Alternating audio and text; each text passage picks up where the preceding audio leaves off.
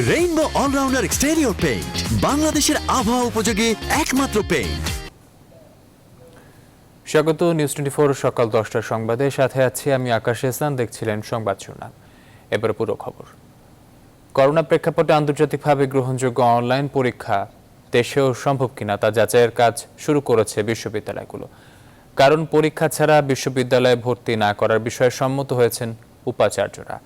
UGC বলছে শিক্ষার্থীদের স্বাস্থ্য নিরাপত্তার বিষয়টি বিবেচনায় রেখেই নেওয়া হবে চূড়ান্ত সিদ্ধান্ত। সজল দাসের রিপোর্ট। পরীক্ষা ছাড়া বিশ্ববিদ্যালয়ে ভর্তি নয়, এই সিদ্ধান্তে একমত উপাচার্যরা। কিন্তু কিভাবে নেওয়া হবে সেই পরীক্ষা? শুধুমাত্র একটি অ্যান্ড্রয়েড স্মার্ট ডিভাইসের প্রয়োজন হবে, যে অ্যান্ড্রয়েড স্মার্ট ডিভাইসে মিনিমাম একটি ক্যামেরা থাকতে হবে এবং রেকর্ডিং ডিভাইস থাকতে হবে। ফেস টু ফেস পরীক্ষাতেও যদি নকল করা যায়, এখানে নকল করার কোনো সুযোগ থাকবে না। কেন থাকবে না? ইন্টারন্যাশনাল প্রক্টর্ড সফটওয়্যারগুলো আপনার তিনটা বিবেচনায় কাজ করে। একটা হচ্ছে তার ছবি নিচ্ছি আমরা কন্টিনিউয়াসলি, তার ভিডিও রেকর্ড করছি আমরা কন্টিনিউয়াসলি, এবং তার অডিও নিচ্ছি কন্টিনিউয়াসলি। এবং ওই ডিভাইসটা তখন ওই সফটওয়্যারের কন্ট্রোলে থাকবে।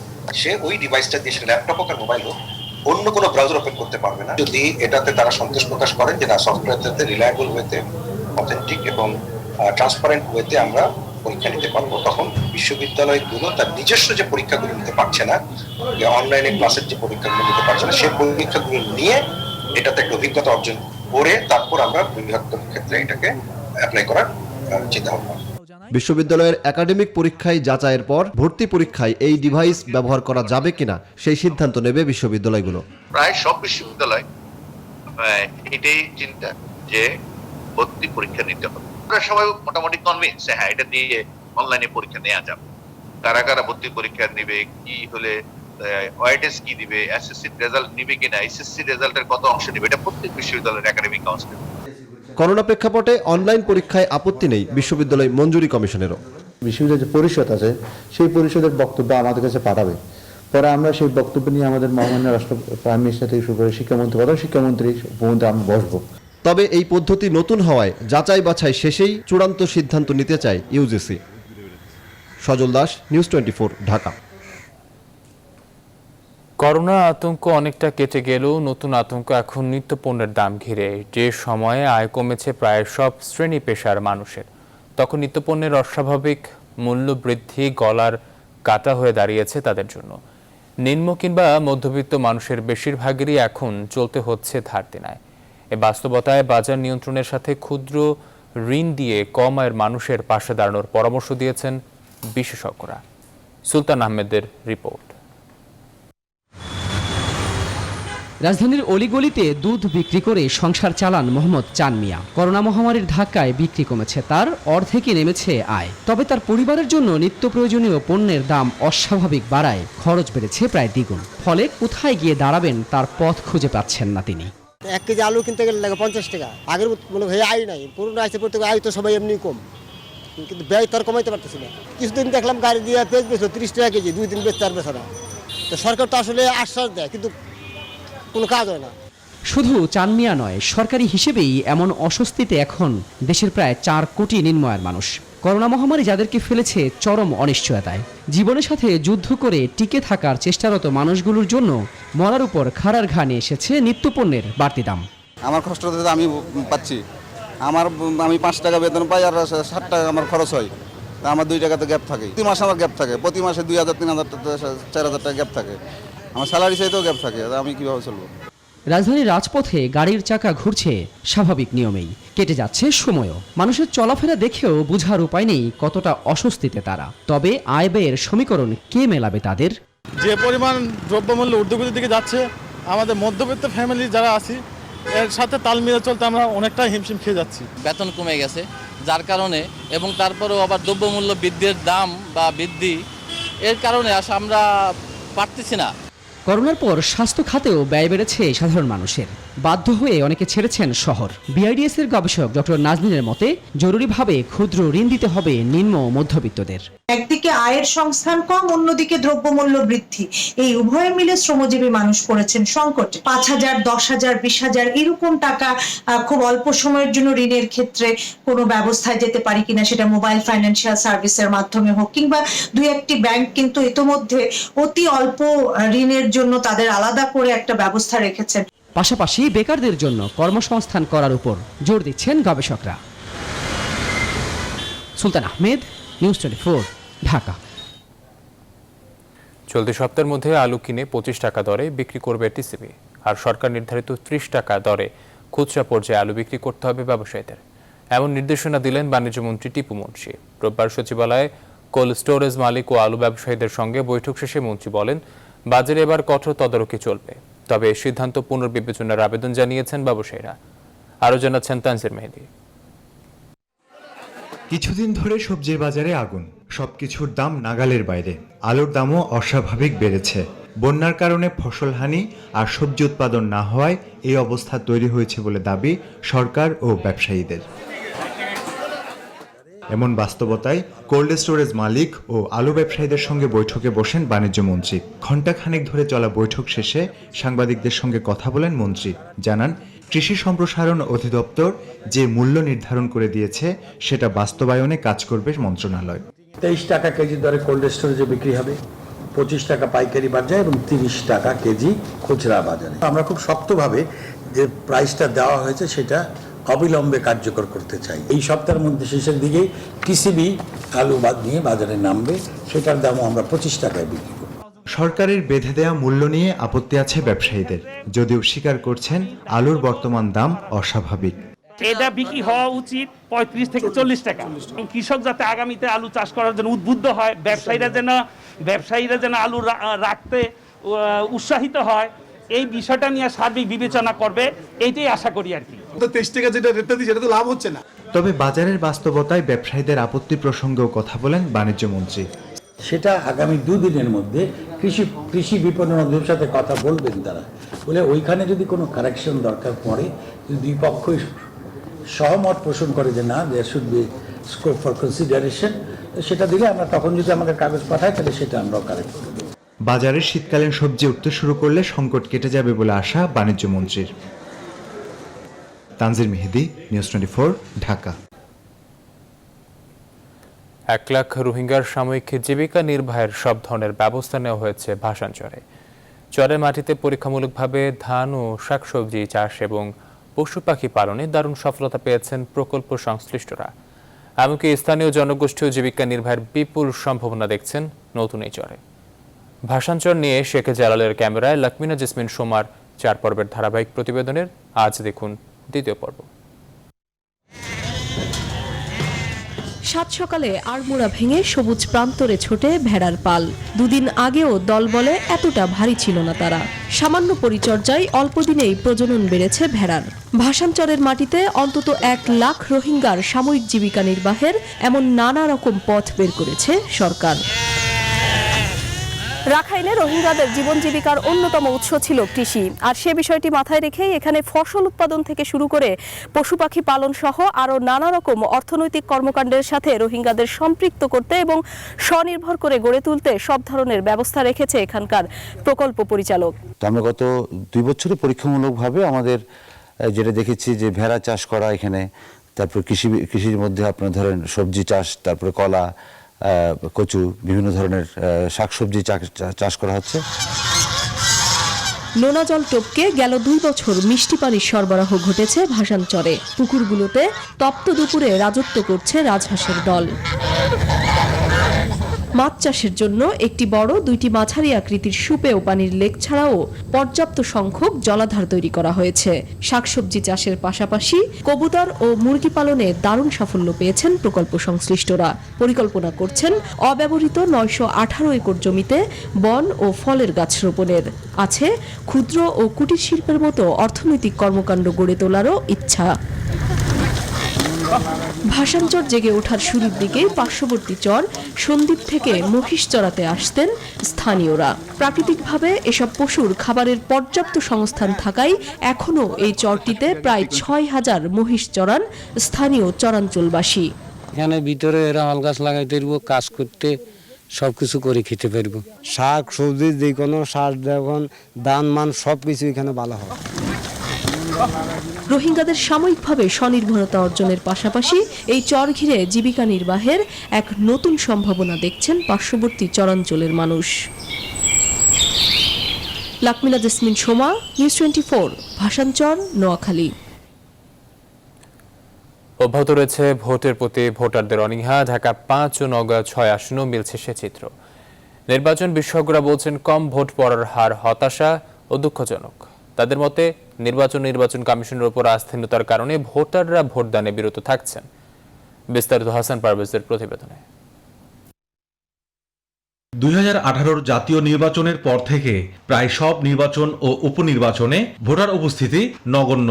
ঢাকা 5 ও নওগাঁ 6 আসনের উপনির্বাচনে ভোটের চিত্র ছিল প্রায় একই রকম। প্রায় ভোটার শূন্য ছিল ঢাকা 5 আসনের উপনির্বাচন। সেই তুলনায় নওগাঁয় ভোটের উপস্থিতি ছিল কিছুটা বেশি। এখন বাজে হচ্ছে আপনার 11টা 23, মানে 2.5 ঘন্টা পার হয়ে গেছে, আমি ভোটার পাইছি একজন। অথচ 2 আসনেই 2 প্রধান প্রতিদ্বন্দ্বী দল আওয়ামী লীগ ও বিএনপি অংশগ্রহণ করেছে। 2 আসনের উপনির্বাচনে মোট 9 জন প্রতিদ্বন্দ্বী প্রার্থী অংশগ্রহণ করলেও এত কম ভোট পড়ার হারকে দুঃখজনক বলছেন নির্বাচন বিশেষজ্ঞরা। এর জন্য নির্বাচন কমিশনকেই দায়ী করছেন তারা। নির্বাচন কমিশনের ব্যবস্থা নেই, নির্বাচনের ব্যবস্থা নেই। ভোটের মাধ্যমে তো জনগণের সম্মতি প্রতিষ্ঠিত হওয়ার কথা। গণতন্ত্র হলো জনগণের সম্মতির শাসন, কিন্তু মানুষ যখন ভোট দিতে আগ্রহ হারিয়ে ফেলে, গণতন্ত্র কার্যকর হয় না। তো এটা আমাদের এই নির্বাচন কমিশনের দায়ী এই অবস্থা সৃষ্টি করার জন্য। মানুষের মনে আস্থাহীনতা বিরাজ করছে, এই 10% এটাই প্রমাণ করে নির্বাচন কমিশন তার আস্থার জায়গায় নেই। মানুষ বিশ্বাস করে না যে তার অধীনে একটা ভালো নির্বাচন হবে। বিশেষজ্ঞরা বলছেন নির্বাচনের ওপর মানুষের আস্থা ফিরিয়ে আনতে না পারলে ভোট পড়ার হার বাড়বে না। একই সঙ্গে নতুন করে নির্বাচন ব্যবস্থাকে সাজাতে নির্বাচন কমিশনকেই মূল ভূমিকা পালন করতে হবে। স্ট্র্যাটেজিটা একটু দীর্ঘমেয়াদী হতে হবে। আপনার কমিশনকে আবার ঢালাওভাবে গুছানো, কমিশনকে আবার ট্র্যাকে আনা, আমাদের কনস্টিটিউশনাল যে জায়গাগুলো দুর্বল হয়ে গেছে সেই জায়গাগুলোতে কমিটমেন্ট তৈরি করা। ভোটের ওপর আস্থা বাড়াতে রাজনৈতিক দলগুলোকেও কাজ করতে হবে বলে জানান নির্বাচন বিশেষজ্ঞরা। হাসান পারভেজ, নিউজ 24, ঢাকা। সংবাদে নিচ্ছে একটি বিরতির সঙ্গে থাকুন। বিরতির পর আবারও স্বাগত সংবাদে। এবছর চলমান বন্যা ও করোনায় পিরোজপুরে সুপারির ফলন কমে গেছে প্রায় 4 ভাগের 2 ভাগ। বর্তমান সময়ে সুপারি বাজার জমজমাট থাকার কথা থাকলেও প্রাকৃতিক দুর্যোগে নিয়ে সুপারির ক্রেতা বিক্রেতাদের ভিড়। অল্প কিছু সুপারি হাতে উঠলেও তার দাম চড়া। কৃষকরা বলছেন স্বল্প সুদে সরকার ঋণের ব্যবস্থা করতে পারলে ক্ষতি কিছুটা পুষিয়ে নেওয়া সম্ভব। পিরোজপুর থেকে ইমন চৌধুরীর পাঠানো তথ্য ছবিতে ডেস্ক রিপোর্ট। দেশে সুপারির অন্যতম উৎপাদনকারী এলাকা হিসেবে দক্ষিণাঞ্চলের সুপরিচিত জেলা পিরোজপুর। বাংলাদেশে পান সুপারির চাহিদা পূরণে একটা বড় অংশ যায় পিরোজপুর জেলা থেকে। বর্তমানে জেলার গাজীরহুলা, চৌরাস্তা, তালুকদার হাট, মিয়ারহাট, ধাবরি, নতুন বাজার, কেউন্দিয়া ও চলিশা বাজার সহ বিভিন্ন বাজারে ছোট বড় হাটে বেশি সুপারি কেনাবেচা হয়। এ সকল হাটে সারা বছরই সুপারি কেনাবেচা চলে, তবে এবছর ক্রেতা বিক্রেতাদের ভিড় একেবারেই কম। ব্যবসায়ীরা বলছেন বন্যায় সুপারি ফলন অনেক কমে গেছে, আর্থিক ক্ষতিতে কয়েক হাজার ক্ষুদ্র ব্যবসায়ী। এবার বন্যার কারণে সুপারি কম, দাম বেশি। কার্তিক মাসে একেবারে বাজারের মতোই তো মাথা পুরোটা মানে ভরপুর থাকে সুপারি, অথচ এবছর তার 4 ভাগের 1 ভাগ সুপারিও নাই। সারা বাংলাদেশে যে সুপারির চাহিদা আমাদের এই চলসা বাজার থেকে তার বড় একটি অংশ এখান থেকে যায়, কিন্তু এবছর যে বন্যা বাদল হয়েছে তার কারণে সুপারির উৎপাদন খুবই কম। ক্ষতি পুষিয়ে নিতে স্বল্প সুদে সরকারি কৃষি ঋণের দাবি জানিয়েছেন সুপারি চাষিরা। আমরা সরকারি সাহায্য যদি স্বল্প মেয়াদে সুদে যদি আমরা ঋণ পাই তাহলে আমাকে একটু ব্যবসার সুযোগ সুবিধা ভালো হয়। বার্মা থেকে সুপারি আসলে আমাদের দেশীয় এই সুপারিটার দাম একটু কম থাকে, বিদায় আমাদের চাষিরা মন হারাই ফেলবে, সুপারির চাষ করবে না। তবে চাষিদের সহায়তায় নানা পদক্ষেপের কথা জানালেন কৃষি বিভাগ। আমাদের কৃষি বিভাগের পক্ষ থেকে কৃষকদেরকে প্রতিনিয়তই পরামর্শ প্রদান করে যাচ্ছি, তাদের সার্বক্ষণিক সেবা প্রদান করে যাচ্ছি যাতে তারা তাদের সুপারি চাষটা করতে পারে, এবং এ বিষয়ে সবসময় তাদেরকে আমরা পরামর্শ প্রদান করে যাচ্ছি। বন্যার প্রভাবে পিরোজপুরের হাটগুলোতে বর্তমানে 210 পিস সুপারি বিক্রি হয় 400 থেকে 600 টাকা পর্যন্ত, যা আগে বিক্রি হতো 200 থেকে 400 টাকায়। Desk report, news 24। যশোরের বেনাপোলে দুর্গাপূজাকে কেন্দ্র করে ব্যস্ততা বেড়েছে কারিগরদের। রাত দিন এক করে একটি প্রতিমাকে সাজিয়ে তুলছেন তারা। এদিকে পূজাকে পরিপূর্ণ রূপ দিতে মণ্ডপে মণ্ডপে চলছে শেষ মুহূর্তের প্রস্তুতিও। করোনাকালের পূজায় স্বাস্থ্যবিধি ও প্রয়োজনীয় নির্দেশনা বাস্তবায়নে আয়োজক কমিটির পাশাপাশি সতর্ক নজরদারি থাকবে আইন শৃঙ্খলা বাহিনীর। বকুল মাহবুবের তথ্য ও ছবিতে ডেস্ক রিপোর্ট। 22 অক্টোবর ষষ্ঠীর তিথিতে দেবীর আমন্ত্রণের মধ্য দিয়ে শুরু হবে শারদীয় দুর্গোৎসবের আনুষ্ঠানিকতা। হাতে সময় কম, তাই তো ব্যস্ততা বেড়েছে বেনাপোল সহ শার্শা উপজেলার প্রতিমা কারিগরদের। রংতুলির ছোঁয়ায় রাঙিয়ে তোলা হচ্ছে দেবী দুর্গাকে। নিখুঁতভাবে কাজ ফুটিয়ে তুলতেই সর্বোচ্চ মনোযোগ শিল্পীদের। একটি অর্ডারও যাতে বাদ না পড়ে সেই লক্ষ্য নিয়েই কাজ চলছে। এখন রঙের কাজ পুরোপুরি চলছে। এর মতো অবস্থায় আমরা যে এখন অল্প দিনের ভিতরে যে এখন সাফের মধ্যে কাজ করছি, তা আমরা শিল্পীরাই তারাই সবাই জানে। করোনাকালে পূজা আয়োজনের যে অনিশ্চয়তা ছিল সেটি নিরসন হওয়ায় সরকারকে ধন্যবাদ জানিয়েছেন পূজা উদযাপন কমিটির সদস্যরা। বলছেন সকল নির্দেশনা ও প্রয়োজনীয় স্বাস্থ্যবিধি মেনেই পূজার আয়োজন করা হবে। যারা পূজা দেখতে আসবে তাদের মাস্ক ব্যতীত আমরা ঢুকতে দেব না। এছাড়া পূজার মণ্ডপের পাশে আসে যাতে কোনো রকম কোনো সরগম না হয় সেদিকে আমরা বিশেষ দৃষ্টি আমরা দিয়ে রাখবো। মন্দিরের পুণ্যার্থী এবং পূজার যারা আয়োজক তাদের সবাই আমরা মাস্ক ব্যবহার করব এবং হ্যান্ড স্যানিটাইজার সহ অন্যান্য যে স্বাস্থ্য সুরক্ষা সামগ্রী আছে সেটা ব্যবহার করে আমরা পূজাটা উদযাপন করব। পুলিশ বলছে দুর্গা উৎসবকে ঘিরে যে কোনো অপ্রীতিকর ঘটনা এড়াতে সতর্ক নজরদারি থাকবে। সর্বোচ্চ নিরাপত্তা ব্যবস্থা আমরা গ্রহণ করব। সাদা পোশাকের পুলিশের পাশাপাশি আমাদের ইউনিফর্ম পুলিশ, আনসার সদস্য সহ আমরা সার্বিক নিরাপত্তা বিষয়টি নিশ্চিত করব। 26 অক্টোবর বিজয়া দশমীতে প্রতিমা বিসর্জনের মধ্য দিয়ে শেষ হবে 5 দিনের শারদীয় দুর্গোৎসব। Desk report, news 24। নিচে আরও একটি বিরতির সঙ্গে থাকুন। বিরতির পর আবারও স্বাগত সংবাদে। এবার আন্তর্জাতিক প্রসঙ্গ। ভিয়েতনামের মধ্যাঞ্চলীয় কুয়াং ট্রি প্রদেশে এক সেনা ঘাঁটিতে ভূমিধসের ঘটনায় অন্তত 14 সেনা সদস্য নিহত হয়েছে। এছাড়া এখনও নিখোঁজ রয়েছে আরও 8 সেনা সদস্য। নিজেদের ওয়েবসাইটে দেয়া এক বিবৃতিতে ভিয়েতনাম সরকার জানায়, গতকাল স্থানীয় সময় সকালে কুয়াং ট্রি প্রদেশের 4th সামরিক অঞ্চলের একটি ইউনিটের ব্যারাক ভূমিধসের কবলে পড়ে। এতে হতাহতের ঘটনা ঘটে। নিখোঁজদের উদ্ধারে এখনও অভিযান চলছে।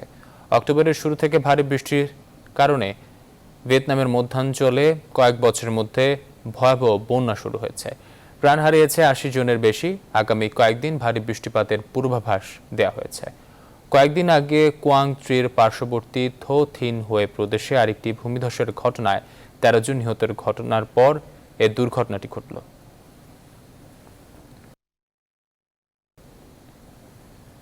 যেসব দেশ ইরানের সাথে অস্ত্র কেনাবেচা করবে সেসব দেশ ও ব্যক্তির বিরুদ্ধে নিষেধাজ্ঞা আরোপের হুঁশিয়ারি দিয়েছেন মার্কিন পররাষ্ট্রমন্ত্রী মাইক পম্পিও। গতকাল থেকে ইরানের উপর জাতিসংঘে আরোপিত অস্ত্র নিষেধাজ্ঞা স্বয়ংক্রিয়ভাবে প্রত্যাহার হয়ে যাওয়ার পর পম্পিও এমন প্রতিক্রিয়া জানালেন। এছাড়া মার্কিন পররাষ্ট্রমন্ত্রী আরও দাবি করেন, ইরানের কাছে অস্ত্র কেনাবেচা করলে মধ্যপ্রাচ্যে উত্তেজনা বৃদ্ধি পাবে। তবে ইরানের প্রতিরক্ষামন্ত্রী জানিয়েছেন, যেসব দেশ বহিঃশক্তির আগ্রাসন থেকে আত্মরক্ষা করতে ইচ্ছুক সেসব দেশের কাছে সমরাস্ত্র বিক্রি করবে তেহরান। এছাড়া মার্কিন অবজ্ঞা অবহেলার শিকার দেশগুলো চাইলে ইরান তাদের কাছে অস্ত্র রপ্তানি করবে বলেও জানানো হয়েছে।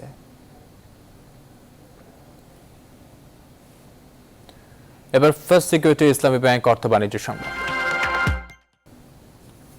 সপ্তাহের প্রথম কার্যদিবসে দেশের প্রধান পুঁজিবাজার ঢাকা স্টক এক্সচেঞ্জে সূচকের সামান্য উত্থানে শেষ হয়েছে লেনদেন কার্যক্রম। ঢাকার পুঁজিবাজারের প্রধান সূচক ডিএসইএক্স গত দিনের চেয়ে 5 পয়েন্ট বেড়ে অবস্থান করেছে 48.77 পয়েন্টে।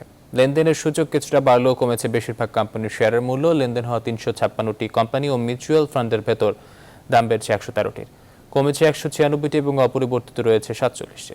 লেনদেন শেষে হাত বদল হয়েছে প্রায় 657 কোটি 30 লাখ টাকা।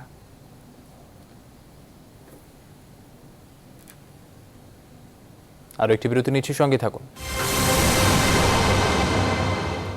বিরতির পর আবারও স্বাগত সংবাদে। এবার খেলার খবর। বিসিবি প্রেসিডেন্টস কাপের গুরুত্বপূর্ণ ম্যাচে আজ মাহমুদুল একাদশের মুখোমুখি হবে তামিম একাদশ। মিরপুরে ম্যাচ শুরু দুপুর 1টায়। ফাইনালের স্বপ্ন বাঁচিয়ে রাখতে জয়ের বিকল্প নেই মাহমুদুল্লাহ একাদশের সামনে। অপরদিকে আরও এক ম্যাচ হাতে থাকলেও এই ম্যাচ জিতেই ফাইনাল নিশ্চিত করতে চান তামিম একাদশের স্পিনার শরীফুল ইসলাম। বিস্তারিত জানাচ্ছেন তৌহিদুল ইসলাম। মাহমুদুল্লাহ একাদশের বিপক্ষে বাজে হার দিয়ে বিসিবি প্রেসিডেন্ট কাপের যাত্রা শুরু করেছিল তামিম একাদশ। তবে পরের ম্যাচে দারুণ ছন্দে থাকা নাজমুল একাদশকে হারিয়ে টুর্নামেন্টে ভালো অবস্থানে চলে আসে তারা, কেননা পরের 2 ম্যাচেই হারের স্বাদ পেয়েছিল মাহমুদুল্লাহর দল। নাজমুল একাদশের বিপক্ষে দারুণ জয়ে বল হাতে ভূমিকা রেখেছিলেন শরীফুল ইসলাম। 10 ওভার বল করে 37 রান খরচায় তুলে নিয়েছিলেন 4 উইকেট। তামিম মুস্তাফিজদের সঙ্গে ড্রেসিং রুম ভাগাভাগি করা নতুন অভিজ্ঞতা বলছেন তিনি। তাদের সাথে সবকিছু শেয়ার করে খুব ভালো লাগতেছে যে তারা সবসময় মানে সবকিছু বলতে কিছু বললে সাথে সাথে বলে সুন্দর করে বুঝায় দেয় সুন্দর করে। এবং এরপর আরো এক ম্যাচ হাতে থাকলেও মাহমুদুল্লাহ একাদশের বিপক্ষে জয় দিয়েই ফাইনাল নিশ্চিত করাই এখন দলের প্রধান লক্ষ্য বলেও জানান শরীফুল। আগামীকালের ম্যাচটা খুব ইম্পর্টেন্ট, ফাইনালের থেকে মানে কালকে আমরা যদি জিতি ফাইনাল যেতে পারবো ইনশাল্লাহ। না গেলে পরেরটা কি হবে বলা যায় না, কারণ কালকে তো মেইন গেম। আমাদের কালকে ইনশাল্লাহ আমরা ফাইনাল মনে করেই খেলি। এদিকে প্রথম দেখায় তামিম একাদশকে হারালেও নাজমুল একাদশের বিপক্ষে 2 দেখাতেই হারের স্বাদ পেয়েছে মাহমুদুল্লাহর দল। ফাইনালের স্বপ্ন বাঁচিয়ে রাখতে এই ম্যাচে জয়ের বিকল্প নেই তাদের সামনে। গুরুত্বপূর্ণ ম্যাচের আগে অনুশীলন করেননি লিটন মমিনুলরা। শারীরিক ক্লান্তি কাটাতে টিম হোটেলেই ছিলেন তারা। তৌহিদুল ইসলাম, নিউজ 24। দর্শক, এই ছিল এখনকার আয়োজনে। এতক্ষণ সাথে থাকার জন্য ধন্যবাদ সবাইকে।